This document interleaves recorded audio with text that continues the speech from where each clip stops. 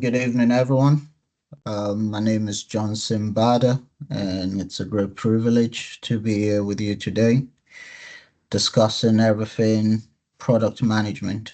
And for the next hour or so, I'm sure we're gonna have a lot of fun. The whole point to this session, as the title of the webinar indicates, is demystifying product management. And without further ado, I'll share my screen. I'll take you through the process high level and try to remove some of the general stigma or the some of the assumptions or misconceptions around product management. And hopefully by the end of the session, you would have more insight about product management, and hopefully you join the ranks as well by having a fulfilling career in product management. Right, let's get into it. Let me just share my screen.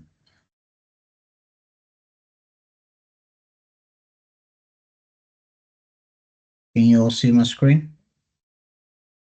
Yes, we can. They're already sending their thumbs up as well. All right. Okay, awesome. So as part of this, we'll go through the introduction and we'll go through the whole objective of the webinar, and then we deep dive into the other aspect of the session. So, as she's already alluded to, and as I discussed during our previous fireside chat last week, my name is Johnson Bada, product manager, product consultant with over 15 years of experience. I've had the privilege of working with different organizations all across the world. By profession, I trained as a pilot and pivoted into technology, and finally found a happy medium in product management. I've been privileged to work with different product teams, launch some incredible products globally, some of them industry first. And my passion is all about mentoring and coaching the next crop of excellent product managers. And also, I juggle that with consulting for the startups and other founders and entrepreneurs who are trying to assemble a product team and or trying to weed out some of the key blockers for their product teams. So, like I said, I've transitioned across different companies, and at the moment, I spend most of my time mentoring and consulting for tech startups. The objective, I'm hoping that by the end of this session, I would have been able to clarify the role and importance of a product manager, especially in this day and age of technology. We'll go through the product management life cycle and also have some time to discuss the essential skills and tools for effective product management, and also go through one or two real world examples and actionable strategies. And also in between, we're going to have some exercises just to kind of drive home some of the points. And I don't know if we will be able to do that, but I'm hoping we can have one or two breakout sessions as well, just to have a further engagement amongst ourselves and be able to understand our journey so far in product management. Cool. Right. Um, if before I go any further, Abigail, would it be possible to run a quick survey just to kind of gauge the experience level of the audience in terms of their knowledge about product management? Is there something we can do? Yes, please. All right, great. If we can just take a minute to do that, and then we'll kind of go through Yes. the session. So the question is on now. Just check your Slido again, and you'll be able to vote your experience. Okay, so I've dropped the link again and also the code. Okay, so quite an interesting mix. So far, 33% are not into product management, but they're interested. 67% have 0 to 2 years. All right. Can you see this, Johnson? Let me see. No, I cannot, but that's Okay, fine. okay. That's fine. Um, just to give us an idea, an insight in terms of the experience of the audience. So, Okay, so we have another intermediate experience, 3 to 5 years, 14%. all right, brilliant. Yeah, that's good. So we can just go through the whole process now. So when we talk about product management, fundamentally at the core of it, product management is about solving customer problems and delivering value. And to do that, you need to understand the problem you're solving and how do you go about finding that. Um, the general saying is that everywhere you look around you, there is a problem waiting to be solved.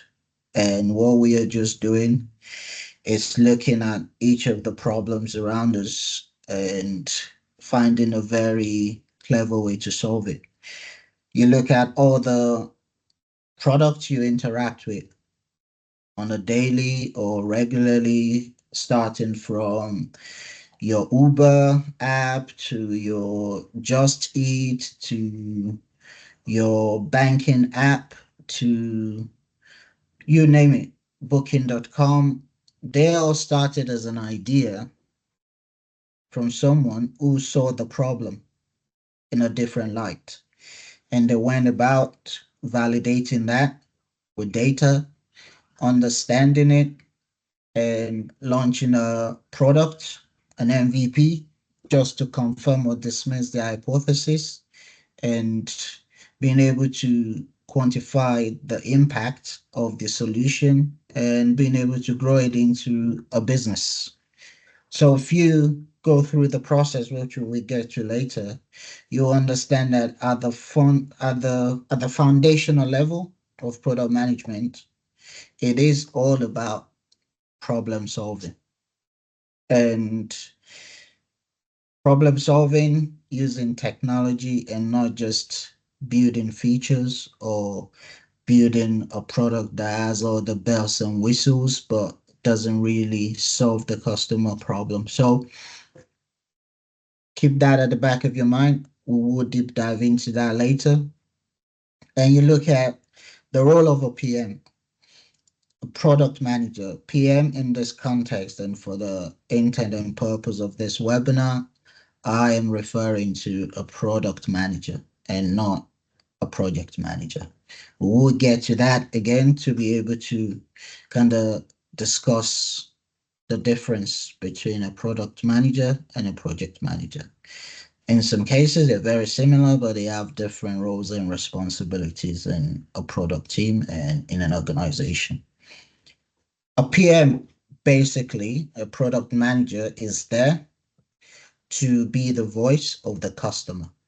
You are, in some cases, the product managers are being referred to as the CEO of the customers. So basically, you are there to ensure that whatever business vision goes about solving the problem of your customers. Because no matter how good your solution is, if people are not paying for it, if people are not using it, it's just a waste of time. So, as a product manager, your role is to bridge the gap between customer needs, the business goals, and also acting as the conduit with your technical teams, trying to find out, okay, now we know we have a problem. We've validated that with data. We've discussed with our customers. We've discussed with our users. We can see the size of the problem. It's a big pain point for them. We feel like we have the resources to solve it, but is it technically feasible for us? Can we do it? And that is at the foundation of what you do as a product manager. And in terms of the misconceptions, traditionally, you've had the role of a project manager. That that is something most people are more familiar with because historically, project management has been the default to solving problems in terms of, okay, we want to build a new product. We have to have this long list in terms of the processes, the tasks that needs to be completed, and most of it it's alluded to what we call the waterfall approach in terms of dependency when one task has to be done before you move to the next phase. And over time, data has shown us that for a tech company, for a starter or a development team, it generates a lot of waste in terms of resources, in terms of time, and most of the time projects do tend to fail. And most of the time, you run out of budget or you go over budget. So product management gives a better alternative in terms of agility, in terms of iterative development, in terms of you just taking a lean approach of solving after validation, going through ideation and solving it one slice at a time and getting that customer feedback in as quickly as possible. So a good analogy I normally tend to use is take, for example, you want to paint a room in your house. You're not sure about the color you want to go for. You've you go to a painter and say, okay, can you give me a quote to paint this room? And keep in mind you're not sure of the color you really want to go for. They can decide to go out, buy a few buckets of paint, and they come in, you give them, you just tell them, yeah, paint whatever color you like. I'm not too sure which color I want. And they go into your room, they paint all the four walls pink, and then you come back and you're like, what is this monstrosity? I don't want pink. And actually now I feel like I prefer blue. Now you have to pay for the paints again because obviously they're not going to go back and buy you free paints to paint because you cannot decide what you want.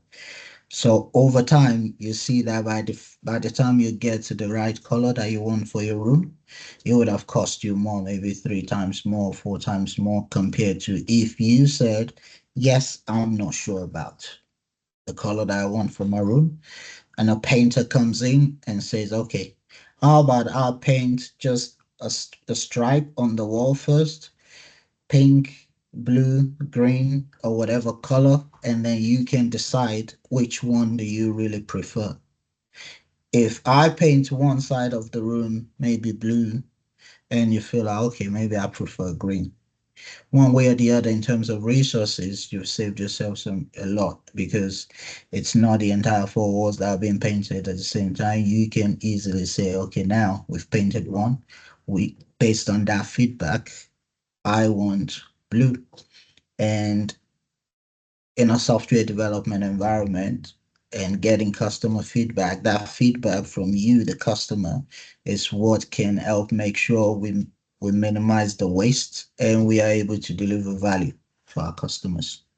So, like I said, product management is not just about building just features, it's about making sure we get it right with less resources and as quickly as possible.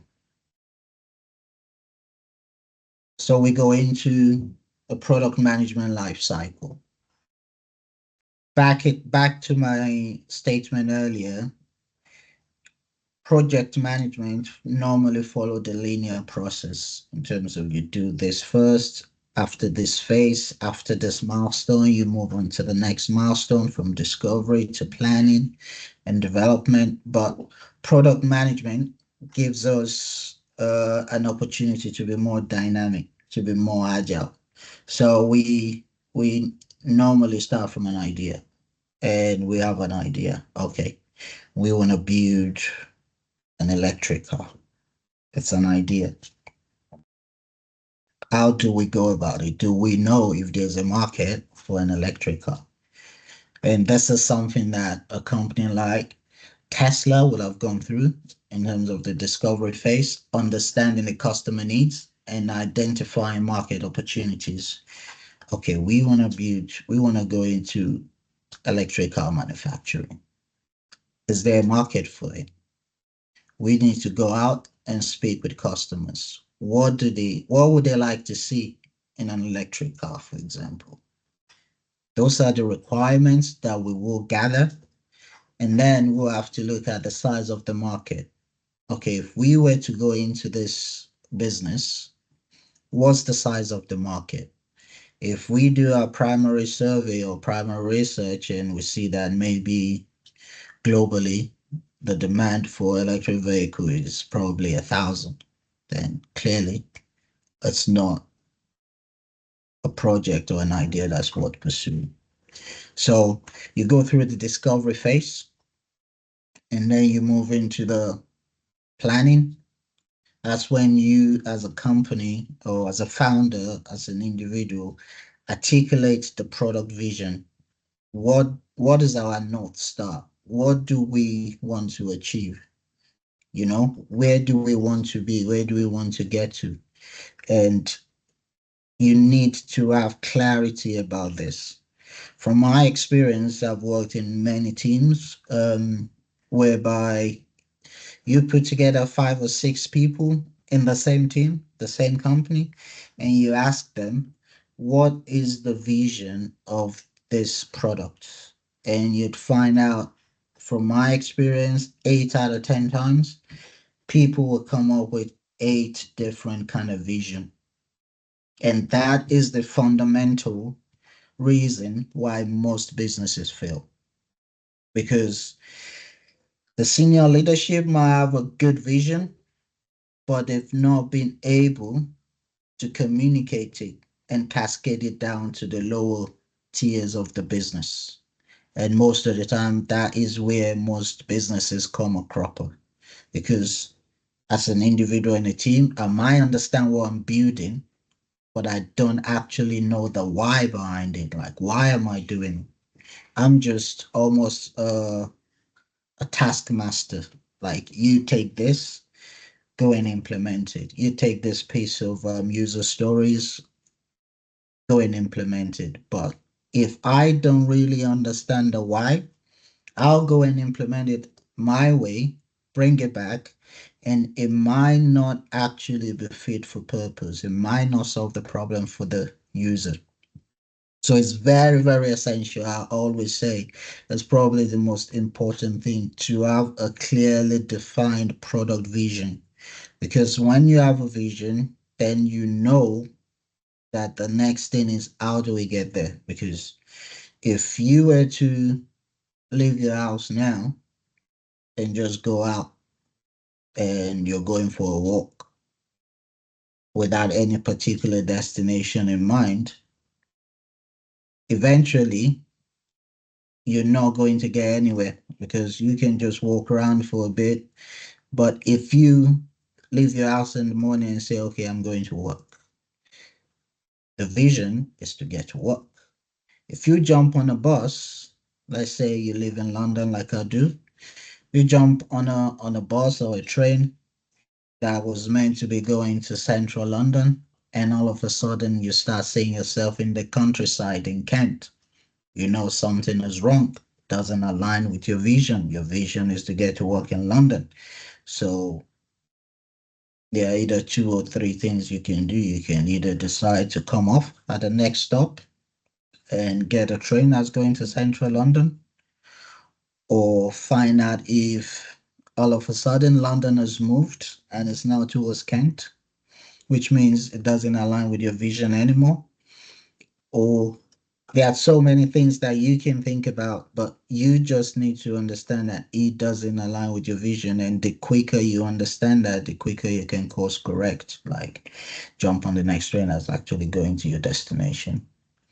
And then if you think about the development and collaboration, you are not there as a product manager to solve all the problems by yourself.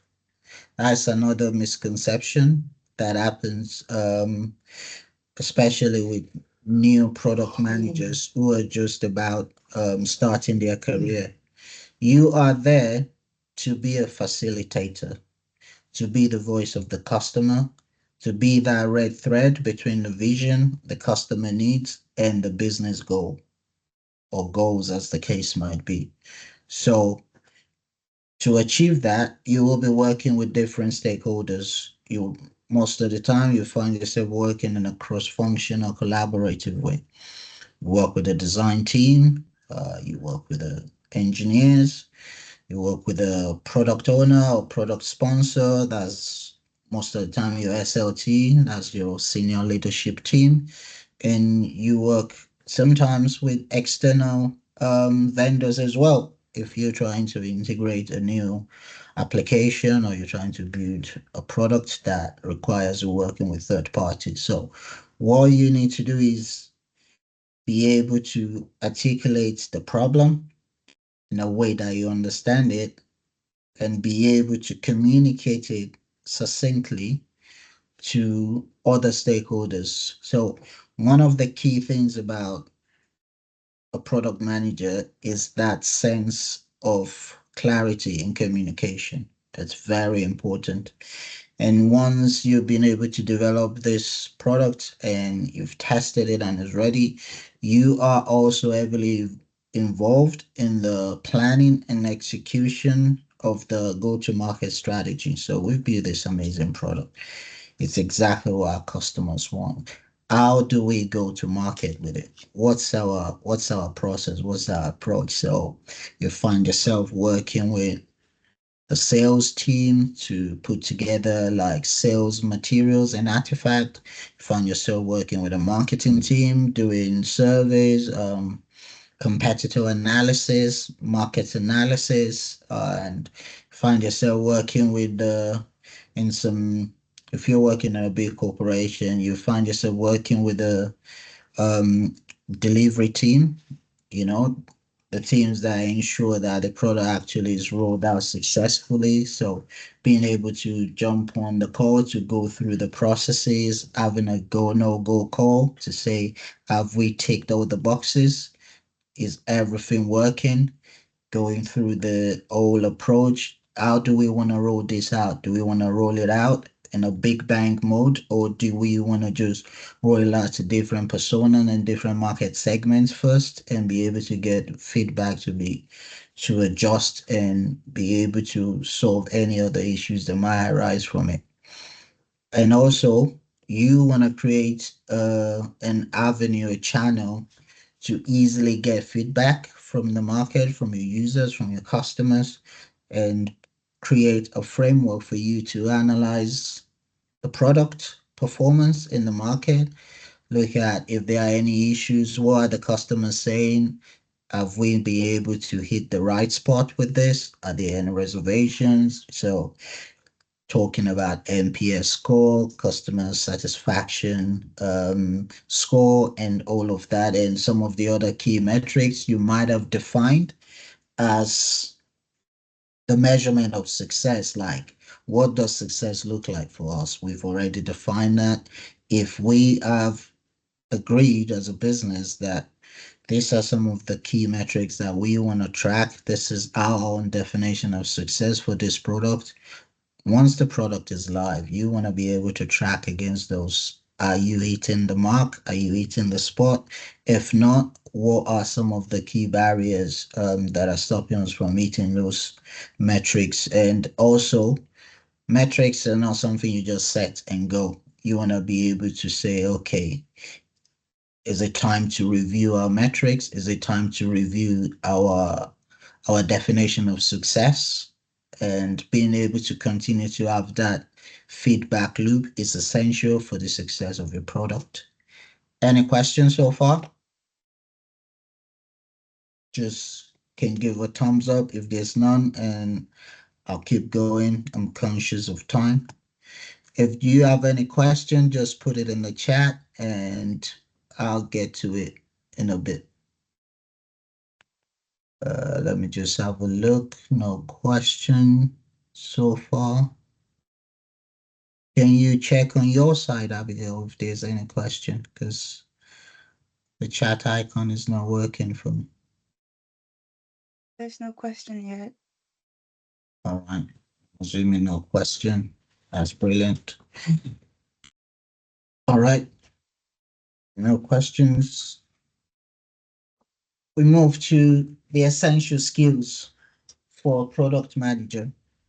In terms of what are the key skills that you need to have? And, there's a general school of thought that all you need to be technical to be a product manager.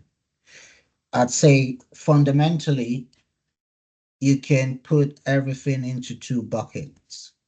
So you have the what I call the hard skills, technical skills. If you're a software developer, a UX designer, you are a QA, a software tester, you're DevOps, you name it. You have all those technical skills. You're a data analyst, you are um, a business analyst with a technical background, yes. And then you have all the soft skills, which are strategic thinking, for example, being able to continuously align product vision with a business strategy. Strategic thinking is you being able to understand how to translate this problem we're solving into revenue for your business. So we are saying, yes, we know this customers, this set of customers, they have a problem. We feel like we can solve it. If we solve it, how do we make money from it? Except you are a charity, obviously, and an NGO. Even as an NGO, you will still want to have some sort of remuneration, whether in terms of patronage or in terms of reach and impact. So fundamentally, you need to be a strategic thinker. And to be a strategic thinker, you need to be a critical thinker. And we'll have one or two exercises, hopefully, if we have time, around critical thinking and all of that. And you need to have stakeholder management, which is the ability to basically build relationship and have a rapport with different individuals whilst respecting the cultural nuances that that is in place. We are from different parts of the world. We have different backgrounds and belief. How do you work with all these people and drive them, bring them together, driving towards one common goal? You know, how do we ensure that we articulate the interest of all the stakeholders, understanding clearly what's in it for them, and being able to capture that and carry them along towards a successful development and launch of the product. And to do that, you need to be an exceptional communicator because everybody has their own preferred communication style. Some people they prefer you sending an email. Some people they prefer you texting. Some people they'd rather you just call them, set up a call, and some people they prefer face to face. Like, can we meet somewhere to discuss this? So being able to understand all of this is very, very fundamental. And most importantly, you need to be data driven. You need to be a data native because the general saying is men lie, women lie, but numbers don't lie. So you don't want to be known as that emotional product manager who just talk based on emotion. Because when you don't have data to back up your hypothesis, you're just talking out of emotion, and most of the time, that will not get you anywhere as a professional. And matter of fact, not just as a product manager, in any other career, because you don't have the numbers to convince other people. And because you believe it, it might be true in most cases, but if I don't have the numbers and I don't have the information you have, then it's very difficult to be able to arrive at the same conclusion. And for us as product manager, it's all about leadership without authority. Because most of the time, as a product manager, you probably won't have anybody reporting into you. It's just a role.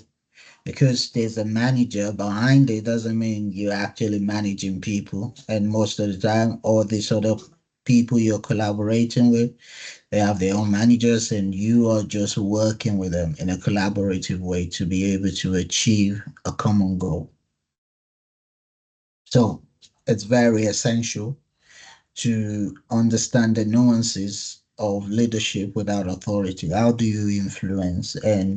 Being and part of that is being genuinely interested in the people you're working with. In terms of we are all humans. It's easier to work with people you have a rapport with than just people you just go to whenever you need anything. Because if the boot were to be on the other foot, you probably won't appreciate when people just come to you only when they need something from you. So it's all about finding that balance and being genuinely open to learning and knowing more about the people you're working with, and be open to being helpful as well.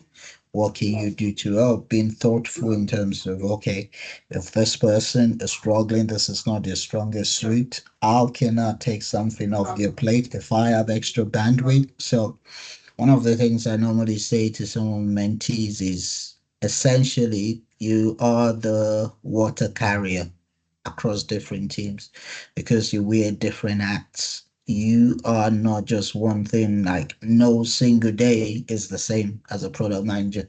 And personally, that's one of the beauty of the role because you wake up and you you don't know what's coming. And by the end of the day, you might have 5 or 6 things on your to-do list. And come 2, 3 o'clock in the afternoon, you've not even done one. But there are other 5 or 6 new things that you're trying to figure out on your list. So it's exciting, if it's challenging, and if you are someone who enjoys solving problem, product management is definitely that role that we always keep you on your toes. I want us to stop for a brief exercise here, if that's okay. And question one will be for individual here, and focusing on critical thinking, like I said, which is the fundamental. This is where this is what separates a good product manager from a great product manager. Without us using ChatGPT, I want us to go through this first exercise, question one. I want us to answer this question without looking it up. How many people do you think visit Heathrow Airport on an average every day? We're gonna have maybe, let's take 3 minutes to answer that.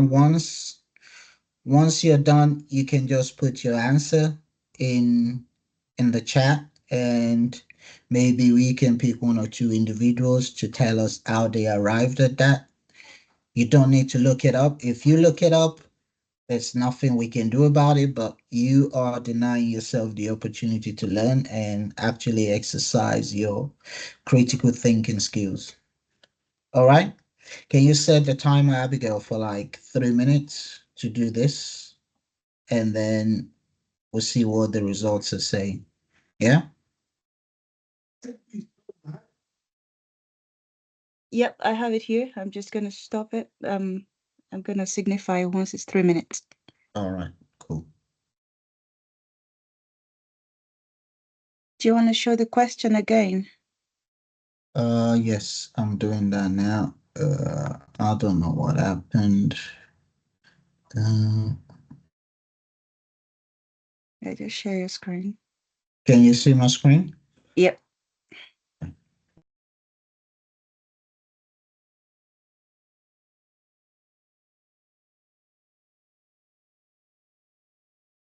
Okay, that's it. Yeah. Yep. All right. Um, can So we? so we've got, yeah, we've got some interesting numbers here. What are So some? What are some of the numbers? 300,000, 9,000 to 10,000, 1,005 for the first question, more than 50,000, 10,000, Okay, what are the numbers again? The highest 300,000. number, 300,000. Yep, That's from who? from Artie. All right. Archie, can you tell us how you arrived at that number, if that's okay? Just your Just high a level wild thought guess. process. Just a wild Yeah, guess because I see Heathrow has so many influx of passengers improved over the years I have been here. So I think I yeah. made a guess, and it's one of the busiest airport in Europe, right? So All right. that was my estimate that it's not what the exact number somebody has given possibly could Yeah. have looked up, but I think it is more than that is what I feel from the Okay. experience I have flying in and out. So Okay. Cool. Um, what's the media range number? Like the middle? You have 300. What numbers are close in the middle? um 50,000, Okay. more That more than 50,000 from Additional. okay. 50,000, right? Yeah, Okay. Who said 50,000? Additional. All right. Can we are we able to have him tell us how we arrived at that number? Can you Additional, unmute okay. him? Are you Okay, able to hello. talk? Yeah, yeah, Hello. he's Yeah, able to we talk. can hear you. Can you hear me? Yes. My name is Additional Adeton. I understood that Heathrow Airport is the busiest airport in the world, and Mm-hmm. I know the flight takeoff in the net is an average of 1 minute. That's a flight takeoff. Mm-hmm. So I assume at least if the assumption is true, it will be more than 50,000 upward in a day. Okay. Okay. Cool. Um, fair enough. And let's go to the lower numbers. Steven said 1,500. Olubolade also said 1,500. Okay. Can we have any one of them tell us how they arrived at that number? Steven, I believe of course Hello, can Steven. you hear me? Yes. Yeah, good evening, or good afternoon, or good day, wherever you may be. Okay, so my own experience is basically I consider the population first in London, and then number two is the routes, because London is busiest in among the airports in the world. Then Mm-hmm. consider the amount of airplane going that way and going out, and then consider the capacity that they can take per day. Mm-hmm. So, and then the number of people coming in. So that's why Mm-hmm. the population of London, the amount of aircraft that can fly, and then the space, how much space can they take per day? So that's why I have to put that on that figure, 1.5. All right. That's So how I that's arrive at 1.5. 1,500 on average a Yes, day. on average per day. Yes. All Thank you. right. Brilliant. All right. Good answers. Thanks for participating. And this is one of the most interesting questions that I normally ask when I'm trying to hire for a new role. Can everyone notice that by default, everybody defaulted to just passengers? If you read the question, I said without looking it up, how many people do you think visit Heathrow Airport on an average day? I never said passengers, right? But for the three people I asked, it's just natural to default into passengers because Heathrow is an airport. Obviously, everybody that goes there has to be passengers. But what about the people that actually work there? What about the people that live there? What about the taxi drivers that take people there? What about the people that are arriving from other parts of the world? What about the people that, on a good day, they just probably went there for sightseeing? Does that make sense? That's one of the fundamental reasons why some products fail. Not being able to understand the problem you're trying to solve before jumping into solution. Statistically, 85% of products fail. And the reason they fail, the, for majority of them, is not understanding the problem enough before solutioning.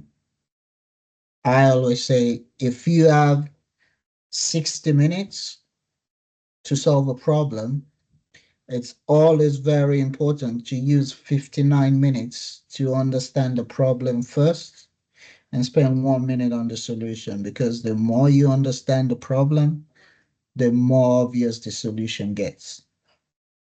So, in terms of critical thinking, it's very important to clarify first. In this context, it was an opportunity to ask me further questions to say, do you mean just passengers or you mean everybody? Right? But nobody did that, you know? And understanding that, you would have gone further to ask like a question. Am I taking an average day to be a good summer day when everybody's out, which will factor in people who just want to go to Heathrow for sightseeing, for plane spotting, and just to take pictures. And for the Gen Zs, for their Instagram and content and TikTok. And then be able to identify, okay, this is what the question is actually asking. This is the problem I'm solving for. And then go and look at data to analyze what data points can help me to confirm my own hypotheses or bias towards this problem. And then I evaluate by looking at it that, okay, if I've looked at this, the passengers, the pilot, the crew, the people that work there, the garbage man that works there to pick garbage, and the train drivers takes the that works on the train to Heathrow, and the bus drivers that drives to Heathrow and every day, the taxis and all of that, evaluate them, break them into personas, because all of these are different personas. There are people that live there, you have people that work there. You have people that are just there for sightseeing. They're all there for different reasons. You have passengers that are on transit for different reasons.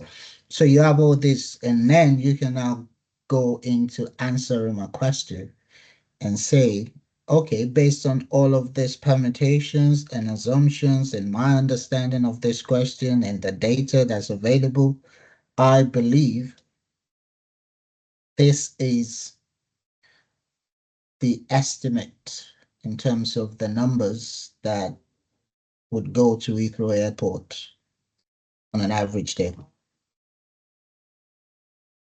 Make sense? Is that Makes clear for sense. everyone?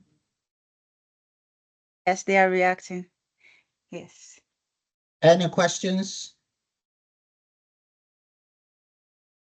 Now you're putting us on the spot. Cool. Now, what I was gonna suggest, I don't know if you can do it, Abigail, if we can have like a breakout room, maybe two groups, and we can discuss the second question as a group based on what I've just said, which is how many coffee shops do you think there are in London? So we can work together as a group on this one. And then when we're back, we can discuss that and I might give you like an average answer as to what that could be. Okay. Yeah? So, yes, I'm about to create it now. So just look at the question again. I'm not sure you're going to see it after the breakout session. You So can type it into the breakout room for them. awesome. Okay. Closing the rooms now. Okay. Okay, you're all welcome back. Can you all hear me? Can anyone hear me? I believe we are all back now. Yes. Yes. Awesome. Yeah. S. Johnson, over to you. Right. Welcome back. How was the exercise in the other group?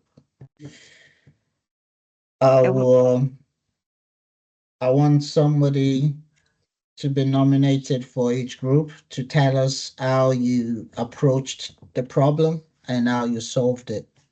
One from each group. Okay, so from group one, we nominated Gloria. Okay. And from group two, I think they nominated Medina. So Gloria, you can go ahead from group one. Good evening, all. So we came together and brought out ideas on factors regarding the numbers of coffee in London. We concluded on some factors which are the population, the weather, and the busy nature of the city. And we came across different numbers from different members of the group. We ended up concluding on 2,000 coffee shops in London. Okay. So you understood the question, right? Yes, sir. So what was the question? The question was, how many coffee shops do you think are there in London? Yeah. So as a group, you considered like the number of stores, the population, the number of shops rather, the population of London. Did you consider that? Did you assume that everybody drinks coffee? No, we didn't assume everybody drinks coffee, or based Okay. on. All right. What else? What else was part of your consideration? Did you consider that there could be mobile coffee shops as part of your critical thinking exercise? No, we didn't consider mobile. We didn't actually consider mobile coffee shops.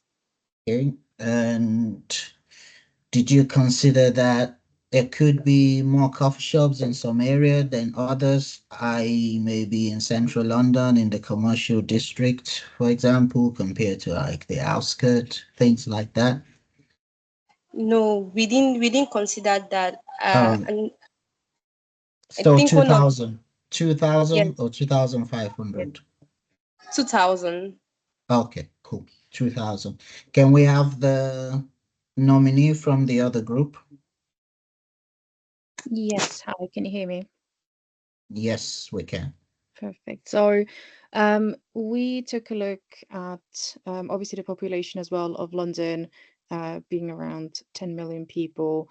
We considered the amount of boroughs that it has and the density of the population in the different boroughs. So central London just being busier in terms of um, more foot traffic, more tourists, rather than, as you said, the outskirts of London. Then we also took into consideration the different types of coffee shops. So outside of the standard coffee chains that we know, so Starbucks, Cafe Nero, Pret a Manger, um, also looked at individual, so independent little coffee shops that are around. Loads of hotels have coffee shops in the reception. Some schools, like universities, they've got coffee shops, museums, inside retail shops or shopping malls. There is multiple coffee shops in there as well. So just taking all of the different types of coffee shops into consideration, we arrived at a number of probably upwards of uh, 3,000 shops in London. 3000. Yeah, probably upwards of 3,000. Okay. And for the last group, I'm going to unmute you again now.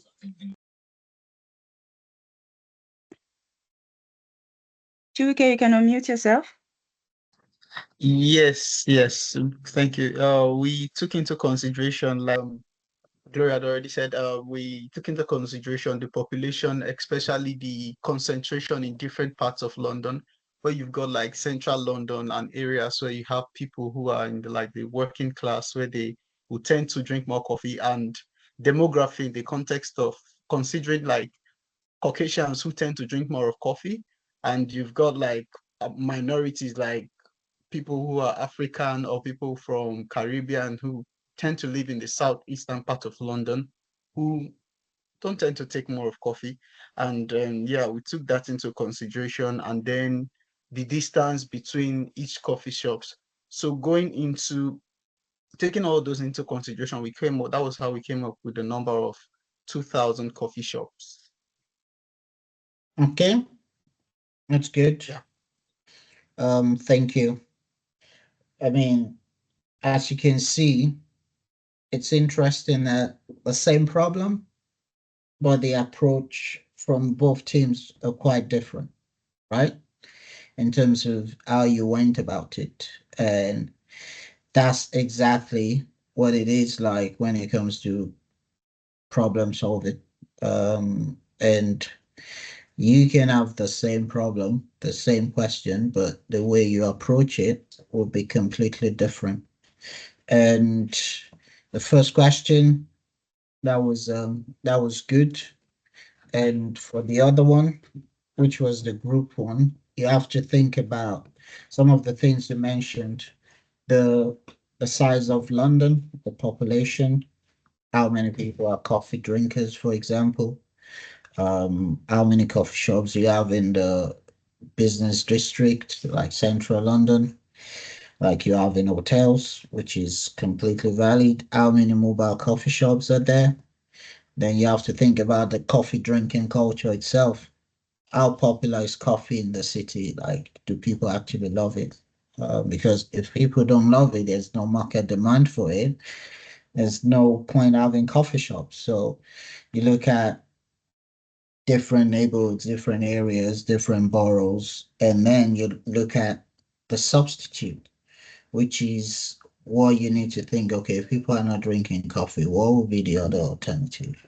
could be tea, it could be, other bars, competitions from different chains, for example, like was mentioned, which is definitely valid, as well as independent coffee shops and all of that.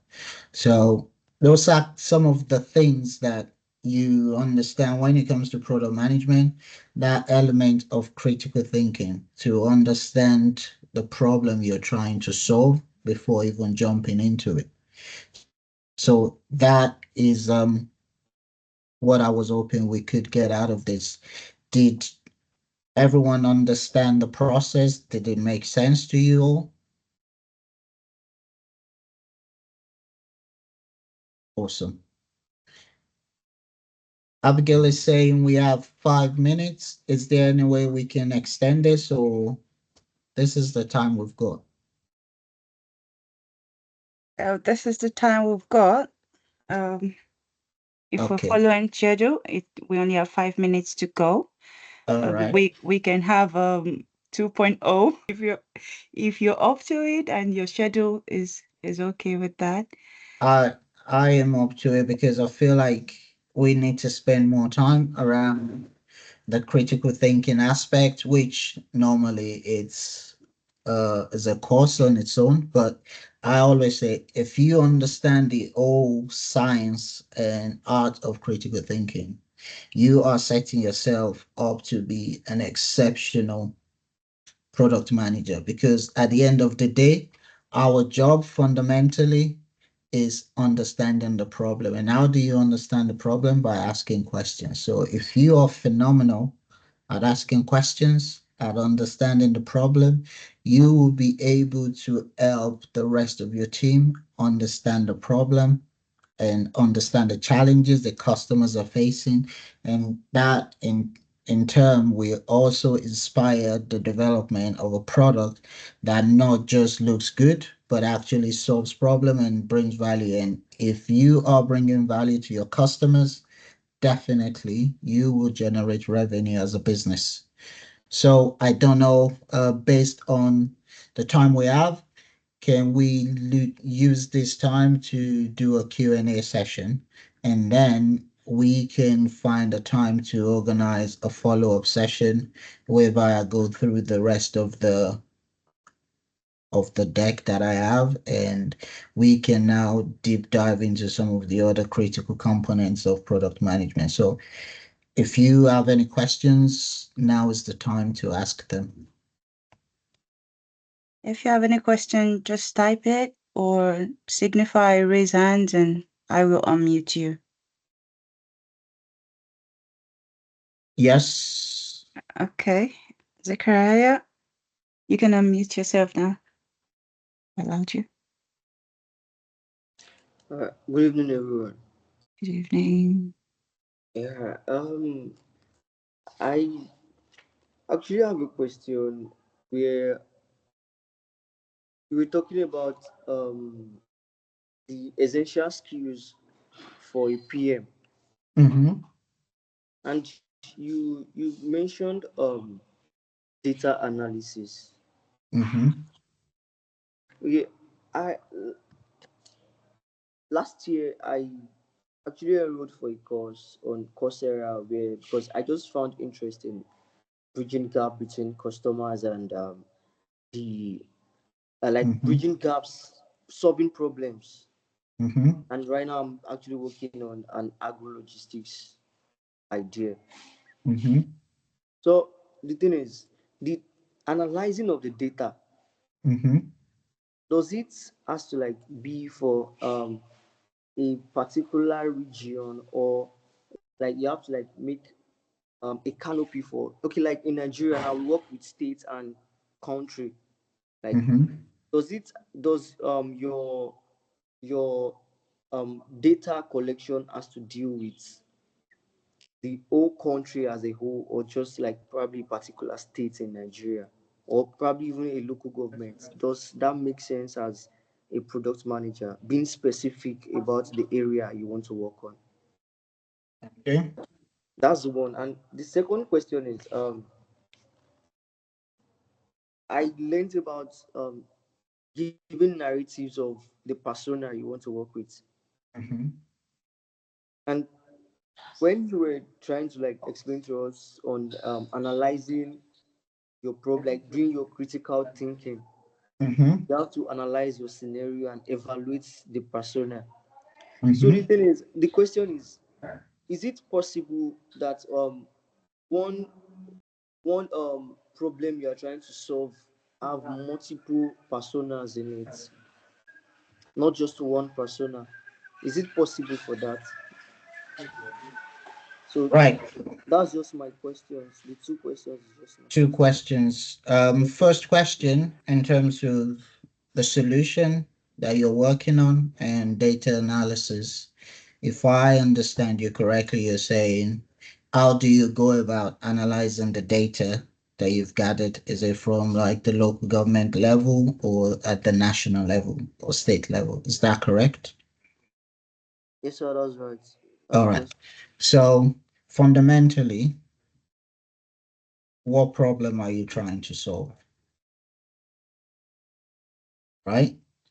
You need to articulate that. That is the foundation of product management, problem statement. You need to be able to articulate the problem you're trying to solve. In your case, you're saying agrologistic. Okay, agrologistic. That's very generic. What is the problem about that? Right? Is it is it infrastructure? Is it the supply chain? Is it the last mile? Is it the first mile from the farm? What is the problem you're trying to solve? That is a big generic problem statement, right? So what you want to do, I always say, how do you eat an elephant? One piece at a time. So from the national level, you now need to look at what do you need to confirm your hypothesis?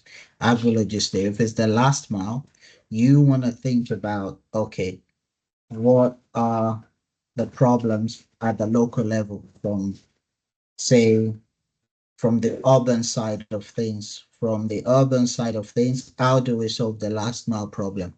Okay, you go out and talk to your customers, get to understand, okay, most of the time, I am a 9 to 5 worker. I can't stay at home waiting for my delivery, for example, all day when I'm not sure when it will arrive.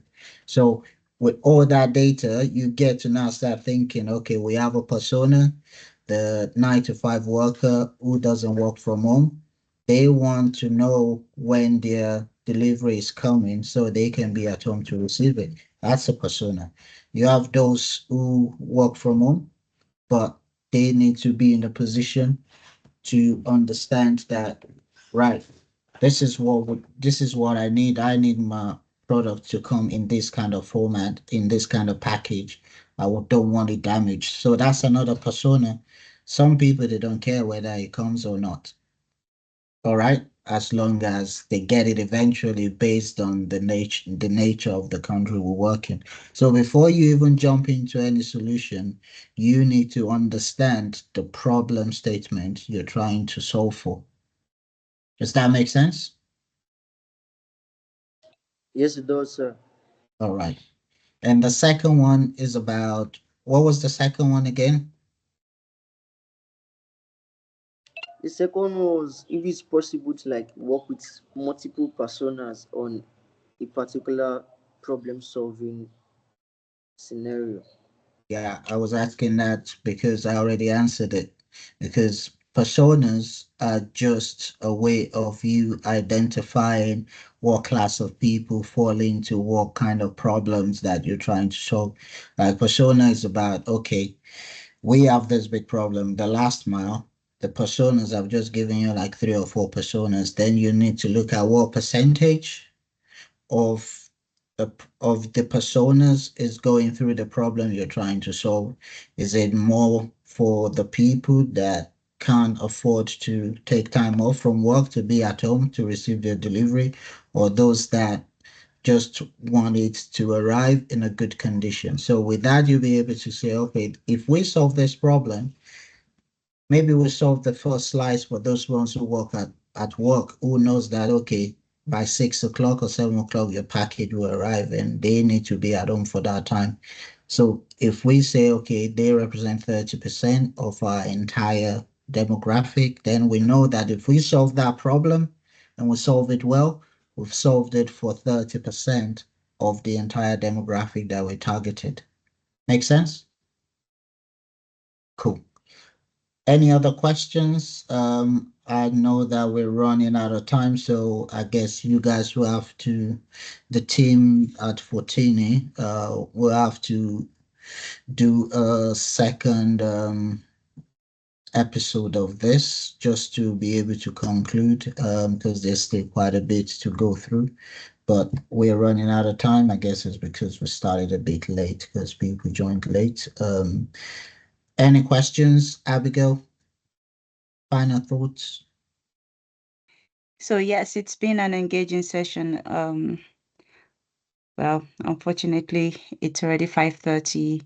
I got direct messages already from people that would like to go, and they're able to join us again. So first of all, thank you so much for taking your time out.